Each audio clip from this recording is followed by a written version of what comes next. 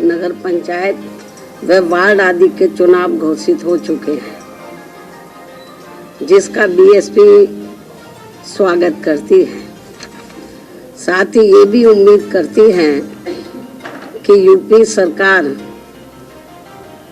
व नगर निकाय से संबंधित अधिकारी ये चुनाव पंचायत व वार्ड आदि के चुनाव घोषित हो चुके हैं, जिसका बीएसपी स्वागत करती है। साथ ही ये भी उम्मीद करती है कि यूपी सरकार व नगर निकाय से संबंधित अधिकारी ये चुनाव पूरे तौर से फ्री एंड फेयर कराएं तथा नगर निगम का भी चुनाव ईवीएम से न करा के इसे भी सीधे तौर पर बैलेट पेपर से ही कराएं। ये भी हमारी सरकार से संबंधित अधिकारी से पुरजोर अपील है। इसके साथ साथ यहाँ मैं ये भी अवगत कराना चाहती हूँ कि हमारी पार्टी बीएसपी ने ये चुनाव पूरी तैयारी व दमदारी के साथ लड़ने का फैसला लिया है, ताकि प्रदेश में नगर निकाय स्तर पर सही लोग चुनकर जा सके। तभी फिर वे सर्व समाज में से विशेषकर गरीबों, मजदूरों, दलितों, आदिवासियों, पिछड़े वर्गों, मुस्लिम व अन्य धार्मिक अल्पसंख्यक समाज के लोगों के हितों का हर मामले में प्राथमिकता के आधार पर पूरा ध्यान रख सकते हैं, क्योंकि बीएसपी ही इन वर्गों के हितों के मामले में केवल एकमात्र ऐसा मंच व प्लेटफार्म है जो परम पूज्य बाबा साहब डॉक्टर भीमराव अंबेडकर की विचारधारा एवं मूवमेंट से जुड़कर इन वर्गों के हितों में पूरी ईमानदारी व निष्ठा से लगा हुआ है, जिसके लिए बीएसपी के जन्मदाता एवं संस्थापक मान्यवर श्री कांशीराम जी ने अपनी पूरी जिंदगी समर्पित की है, जिसे नजरअंदाज नहीं किया जा सकता है। तथा मेरे नेतृत्व में ये पार्टी इन तमाम वर्गों के लोगों को अपने पैरों पर खड़ा करने के लिए बराबर संघर्षशील व कटिबद्ध भी है। हालांकि चुनाव के बारे में आप लोगों को ये मालूम है कि काफ़ी लंबे इंतजार के बाद अब यहाँ यूपी नगर निकाय चुनाव होने की तारीख घोषित हुई है, जिसके तहत जैसा कि मैंने आपको बताया कि जिसके तहत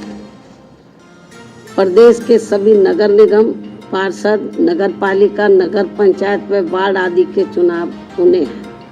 जिसमें लोग अपनी जरूरत व सुख सुविधा आदि के हिसाब से अपने क्षेत्र के विकास पर काफ़ी कुछ ध्यान दे सकते हैं, तथा जिसके लिए केंद्र व राज्य सरकार द्वारा संविधान व कानून के हिसाब से धन उपलब्ध कराए जाने का भी प्रावधान है। लेकिन यह खास ध्यान देने की बात ये भी है कि चुनाव में SC, ST, OBC व महिलाओं आदि के लिए जो आरक्षण की व्यवस्था की गई है, तो उससे इन वर्गों के लोग पूरे तौर से सहमत नहीं हैं, क्योंकि इस चुनाव में इन लोगों के लिए आरक्षण की जो भी सीटें आरक्षित की गई हैं, तो उसमें काफ़ी नियमों को ताक पर रख दिया गया है, जिससे जाहिर होता है कि यहाँ सत्ताधारी पार्टी बीजेपी इस चुनाव में हर स्तर पर अपना राजनीतिक स्वार्थ साधने में लगी है, ताकि इसका काफ़ी कुछ फायदा इसके बाद देश में होने वाले लोकसभा चुनाव में इस पार्टी को यहाँ मिल सके। लेकिन यहाँ खास ध्यान देने की बात ये भी है कि यहाँ के गरीबों के लिए विभिन्न कल्याणकारी योजनाएं तथा बेरोजगारी के इस दौर में दैनिक मजदूरी करके अपना पेट पालने की योजनाओं के धन में भी कटौती व भुगतान में देरी आदि करके जो यहाँ स्थानीय रोजगारों की दुर्दशा बना दी गई है, वह भी किसी से छिपा नहीं है। इसलिए ऐसी स्थिति को बेहतर बनाने के लिए यहाँ निकाय स्तर पर जागरूक, योग्य व ईमानदार जनप्रतिनिधि चुनने की जरूरत है, जिसमें खासकर गरीबों, दलितों, पिछड़ों एवं अन्य उपेक्षित वर्गों तथा अक़लियतों आदि को भी अपनी अहम भूमिका निभानी होगी, जिनके कुल मिलाकर वोट यहाँ काफ़ी ज़्यादा बन जाते हैं और इनको इस चुनाव में भी विरोधी पार्टियों के सभी साम, दाम, दंड भेद आदि हथकंडों से सावधानी बरतते हुए व खासकर सत्ताधारी पार्टी बीजेपी के किसी भी दबाव व लालच आदि में न आकर अपना वोट करना है। इसके साथ ही ये नगर निकाय के चुनाव सरकारी द्वेष, पक्षपात व अनुचित दखल अंदाजी आदि से मुक्त व पाक साफ होकर चुनाव की प्रक्रिया को सही से लागू करके कराए गए तो फिर इसका चुनाव का महत्व खासकर यूपी के नगर विकास व यहाँ के लोगों की उन्नति व स्थानीय स्तर पर रोटी रोजी में भी काफ़ी सहायक सिद्ध हो सकता है।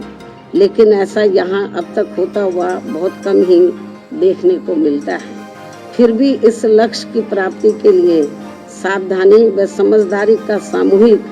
प्रयास जारी रखना बहुत जरूरी है। यही वक्त की मांग है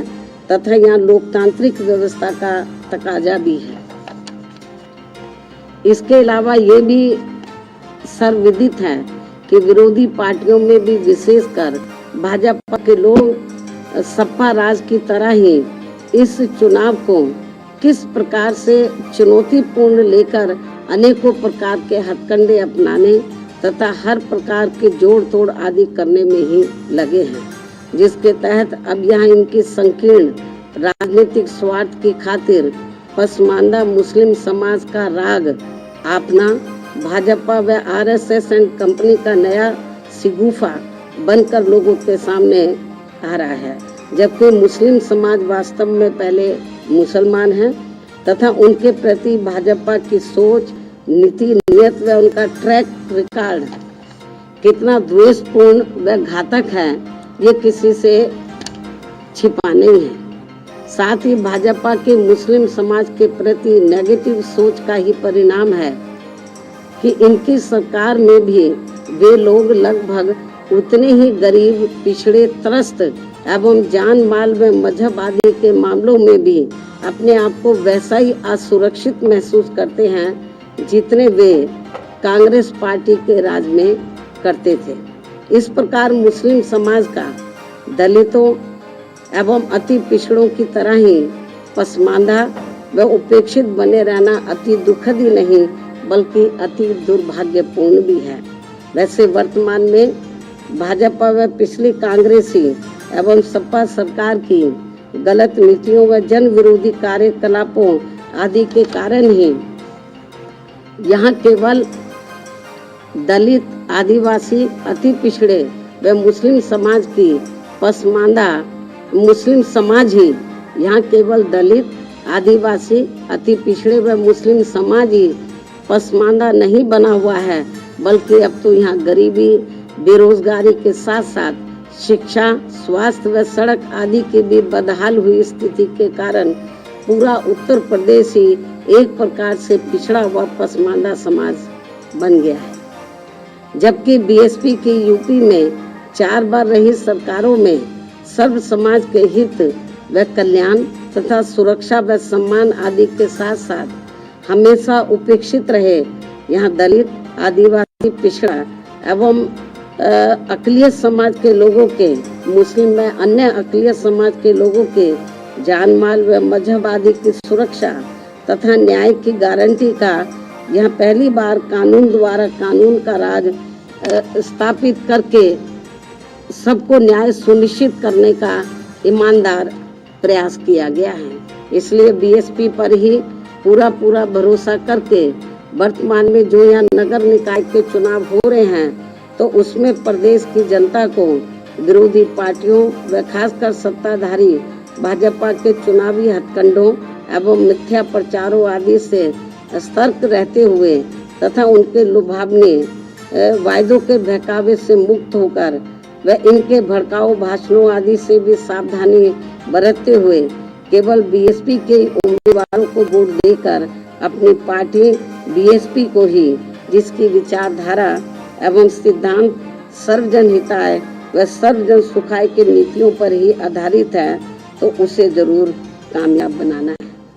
अर्थात बीएसपी को जरूर कामयाब बनाना है। प्रदेश के समस्त भाई बहनों व वोटरों से मेरी मीडिया के जरिए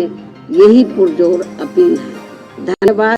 जय भीम व जय भारत।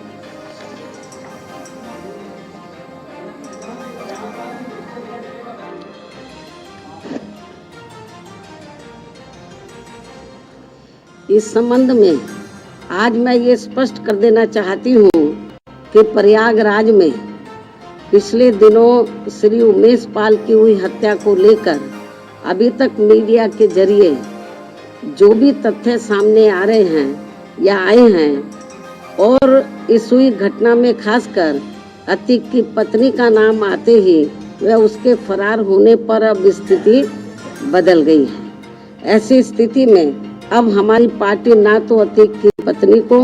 और ना ही उनके परिवार के अन्य किसी भी सदस्य को वहां मेयर का टिकट देगी। इसके अलावा जहां तक अतीक की पत्नी को पार्टी में रखने व ना रखने का सवाल है,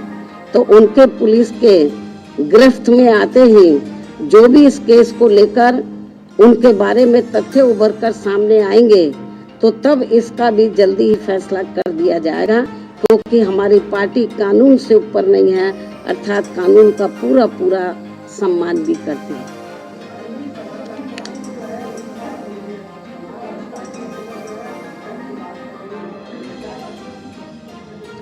बस इसका जवाब दे दिया मैंने।